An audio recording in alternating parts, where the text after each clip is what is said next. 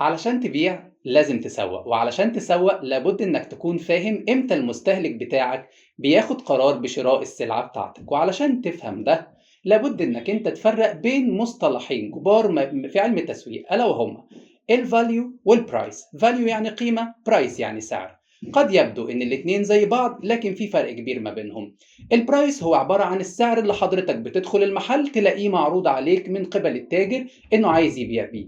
اما الفاليو فهي عباره عن البرايس اللي عند حضرتك انت في عقلك الباطن في السبكونشس بتاعك، بتقول والله انا مش هشتري الشنطه دي باكتر من 200 جنيه، هو عارض عليا ب 250، ده البرايس اللي هو عارضه، الفاليو اللي انا عايزها ب 200. فيبدا عمليه الفصال، تبدا انت تفاصل. ليه بتفاصل؟ علشان تجذب البرايس ان هو ينزل ليقابل الفاليو اللي موجوده في عقلي. الفاليو دي اتكونت منين؟ عن طريق تجارب قبل كده، عن طريق تجربة شخصية، أو عن طريق إن أنا سمعت عن المنتج ده إن أسعاره بتتراوح من كذا لكذا. فلو نجح المنتج في السوق إن هو يعلي من الفاليو بتاعته في السبكونشس بتاع الكونسيومر بتاعه، إذا هو هيكون عنده مساحة كبيرة جدا إن هو يعمل برايسنج أعلى بكتير جدا مما هو ممكن يكون متخيل. هنتعلم مع بعض تريكات كتير جدا إن شاء الله مع بعض في علم التسويق. هنا طريق تسويق، وأنا أحمد الغنام. سلام.